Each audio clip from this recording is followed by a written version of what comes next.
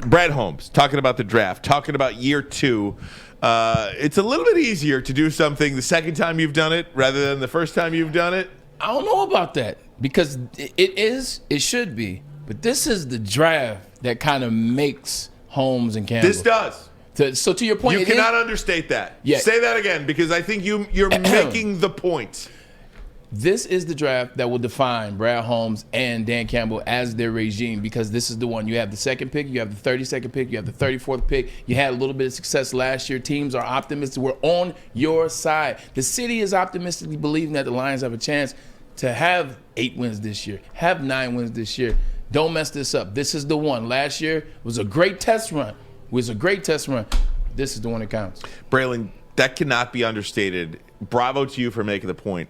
Because this is the draft that decides whether or not Brad Holmes and Dan Campbell stay for a year 4, possibly a year 5. Now, they'll probably get another year, so they'll probably get a third year. Yeah. But this is the draft that determines whether they get year 4 or year 5. Agreed.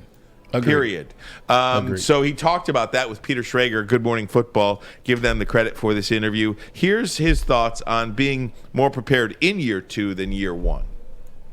Yeah, well, we're in a much better place now than we were, let's say at this point a year ago. But I will say it's very, very exciting. Now, I would say there's a lot of smoke around right now. Yeah. Like, it's still, we gained a little bit of clarity with the Senior Bowl.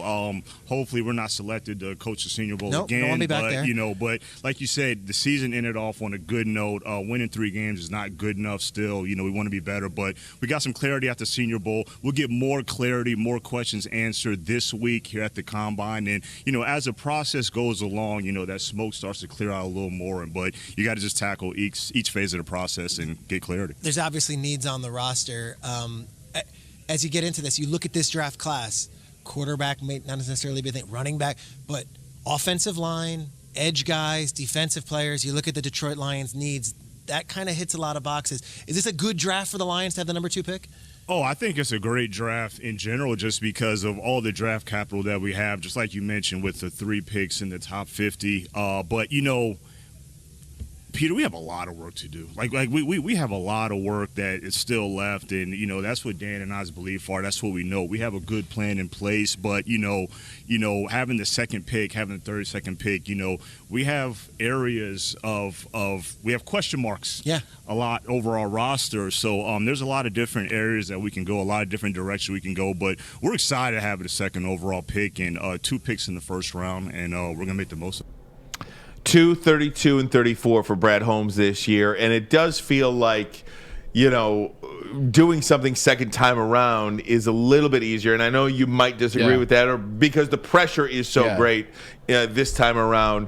But nonetheless, they're in a really good spot, coaching the Senior Bowl, having that ability to kind of go out there to Mobile, Alabama, and not so much for the second pick, because guys like Hutchinson and many of those guys that are going to be in the top 5, weren't there. They weren't active yet.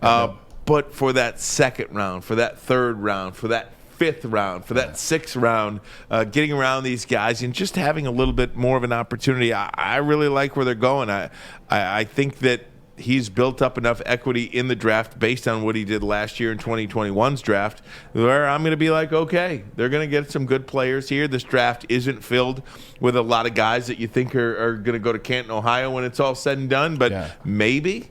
We'll see. Yeah, that's the thing. When you look at the beginning of the first round, the second round, the third round, we don't have. So, that's where the pressure is. Because we know what's going to happen in the later rounds. We've seen him draft. Look at Amon-Ra St. Brown. We've seen what he's done in the later rounds. Look at Cooper Kupp. You've seen what he's done before in the later rounds with his knowledge. So we're not worried about that 5th, 6th, 7th. We're not worried about that 4th. We're not worried about the 3rd per se, which we don't have 3 or 4. But we're not worried about the later rounds. We know they're going to get that right. The problem and the issue where it becomes, even though it's second year, it should be easier. This is an interesting draft. Every year, every week, every day, even every hour, you're seeing guys decline into the second round. Guys like Jordan Davis. Nakobe Dean is even mentioned in the 28th round because he doesn't want to run at the Combine. So the problem becomes this interesting draft where are there quarterbacks to draft in the first round? Are there not quarterbacks to draft in the first round?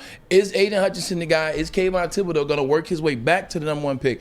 I think it's just tough because, one, he's got to get this one right. This is the year. And then, two, it's just such a sketchy draft. Yeah. Kyle Hamilton keeps popping up out of nowhere. Derek Stingley Jr., who I think is a better safety than him, he's not popping up until we'll see tonight. I think he runs tomorrow. So it's interesting in that sense. It's a tough draft to get it right. You know what's funny about the draft, too, Maz, is you look at it, you know, you could be every bit as successful with a Jalen Waddle in the first round top 10 pick as you could with a Amon-Ra St. Brown as a fourth round pick. You could be every bit as Penei Sewell, seventh pick in the draft. But if you look at the last 5 Super Bowl champions, okay, the last 5 Super Bowl champions, if you look at their offensive lines, total, 3 first-round draft picks on the offensive line, 10 undrafted free agents, 7 guys in the fourth round. You know, I mean, it's just how you get players. Yeah. There's no... It's like a jigsaw puzzle where you're trying to fit pieces, but there's really no, oh, well, if you do X, that equates to Y. It is a jigsaw, but at the same time, you can definitely see the difference between first round and, you know, set fourth and fifth round. Like, look at a guy like Amon-Ra St. Brown. We'll start there. Really good player. Like, came on strong for the Lions towards the end of the year. Jared Goff found him, and he became the go-to guy. Once we got Josh Reynolds was able to help Amon-Ra kind of see how Jared Goff is used to, you know, running the system. But you look at a guy like Waddle in the first round, like, there's no what's the word I'm looking for? You know who the best wide receiver is between Waddle and between Amon-Ra St. Brown. Now you do. You know it's still Jalen Waddle. Like, it's still Jalen Waddle. He's faster. He blows the top off of coverages. Like, it's certain things you see out of him. When I watch Amon-Ra St. Brown, I watch a guy that's really good. He could be a great slot guy, a great number 2 for the Detroit Lions. But when you watch Waddle, it's just watching something different. And that's when I say, like, look at, you say there's in terms of the numbers on the linemen that are in the Super Bowl, yeah, a lot of free agent trades, a lot of guys undrafted that they turned into good linemen. But look at Creed Humphrey. Creed Humphrey was the best center in the league this year. Guess where he got drafted? First round to the Chiefs. Look at a guy like Penei Sewell. Penei Sewell was one of the best graded linemen this year. What round was he drafted in? Rashawn Slater. Look at Tristan Wirfs. Tristan Wirfs was drafted last year in the first round. Tristan Wirfs, if he doesn't get injured, Matt Stafford's not going to the Super Bowl. So just as you say like that, it's still first rounders that if you get the right one, they can change your organization. Can Amon-Ra St. Brown be Brad Holmes' second coming of Cooper Kupp? Now that's a damn good question. It's a question. Speaking of undrafted free agents, who is the guy that, again, the wide receiver? No, the guy for the Lions this year, the center. Name's escaping me right now. Not Frank Ragnow's back Pro up. Bowl.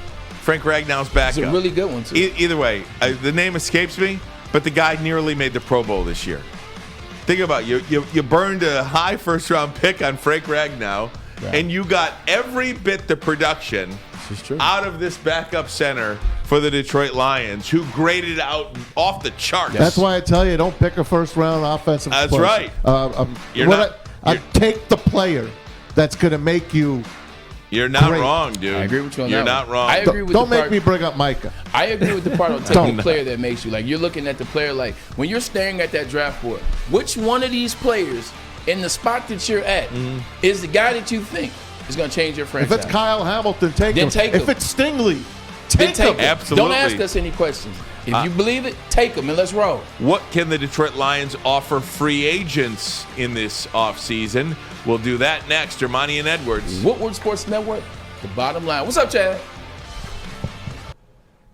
You've reached the end of the video. You know what you should do? Press like. You know you like the content that we have here at Woodward Sports Network. I'm Braylon Edwards from the bottom line. Subscribe to us right now.